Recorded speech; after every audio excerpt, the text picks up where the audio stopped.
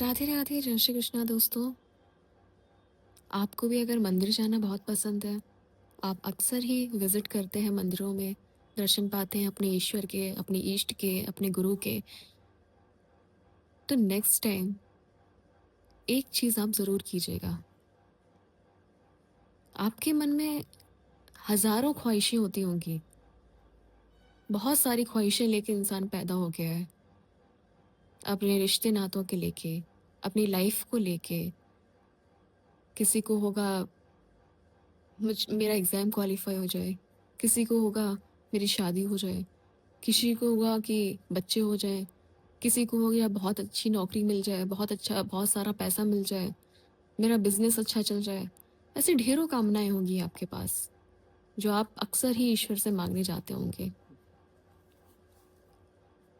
पर कभी भी आपने इस शरीर से हटके उस आत्मा के लिए सोचा है, जो इस शरीर के अंदर डाली गई थी? इस शरीर के रिश्ते नाते कर्म कांड तो आपको बहुत सारे दिखाए बताए गए होंगे। कुछ चीजें तो ऐसी होती हैं, जैसे बचपन से ही पैदा हुए तो बहुत से लोगों को तो दुश्मनी भी विरासत में ही मिल जाती है। ठीक है, फाइन। शरीर से जुड़े हुए तो बहुत सारे कर्म मिल गए, ऑफ कोर्स मिलेंगे। कर्म है, कर्म भूमि पे जन्म लेके आए हैं, कर्म करने तो आए ही हैं, कर्म तो होगा ही। लेकिन कभी सोचा है कि ये शरीर मिला है, इसके अंदर जो आत्मा डाली गई है, इसका कर्म क्या था? किस कर्म के लिए क्या कर्म था मेरा, जिस कर्म के लिए हम यहाँ आए हैं? क्या ये जो आज तक भीड़ चाल चल रहे हैं, जैसा बताया गया, बचपन से दिखाया समझाया गया, चलते गए भीड़ चाल की तरह, क्या वही मेरा कर्म है? क्या सच में फर्स्ट आना एक कर्म था? क्या सिर्फ एक अच्छी नौकरी मिलना या पैसा कमाना ही कर्म था? क्या शादी हो जाए, बच्चे हो जाए, फिर उनके सेटलमेंट में लग जाना, ये सब कर्म था? क्या बस यही थी लाइफ? क्या सच में यही थी?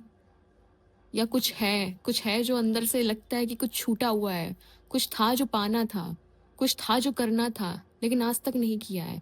एक खालीपन है, सब कुछ है आसपास, रिश्ते हैं, नाते हैं, पैसा है, सब कुछ है, लेकिन फिर भी एक खालीपन है इंसान के अंदर।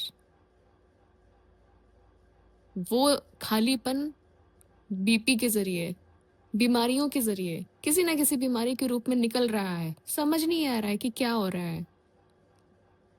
अगर आपको वो खालीपन महसूस होता है ना, तो नेक्स्ट टाइम जब भी आप मंदिर जाइएगा किसी भी ख्वाहिश को लेके ना, आप एक बार ये जरूर कीजिएगा, आपको जहां से दर्शन मिले आपके ईश्वर के, आप दुर्गा माता के मंदिर जाते हो, शिव जी के मंदिर जाते हो, गणेश जी के मंदिर जाते हो, बजरंगबली के मंदिर जाते हो, किसी के भी, जरूरी नहीं पास जाने के, आपको जहां से उनके दर्शन मिल रहे हो, वहां खड़े होके बैठ के एक चीज पूछना, जो जो इस शरीर में आपने आत्मा दी है ना ईश्वर, इसका कर्म था क्या?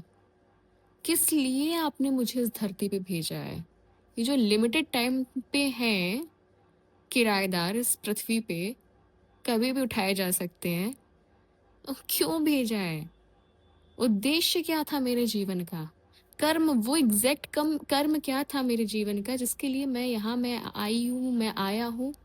क्यों? ये जो सवाल है ना, ये सबसे बड़ा सवाल होना चाहिए आपके लिए।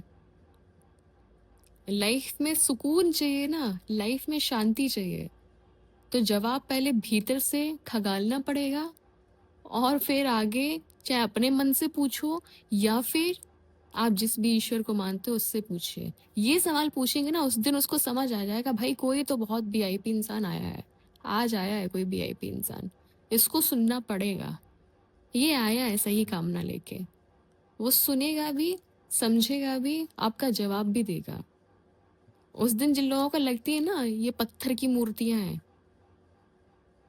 जब आप वाकई इमोशन से जुड़ते हैं ना, तो चाहे कागज का पन्ना हो, उस पे बनी हुई तस्वीर हो या मूर्ति हो, जहां आप मानेंगे ना ईश्वर वहां पे है, आप पूछेंगे ना ये सवाल, तो जवाब आपको मिलेगा।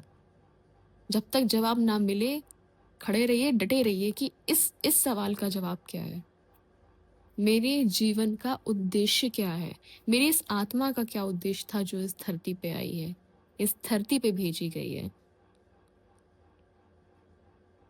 ये आपका सबसे बड़ा सवाल होना चाहिए। अगली बार जाइएगा तो ज़रूर पूछिएगा। राधे राधे, जय श्री कृष्ण।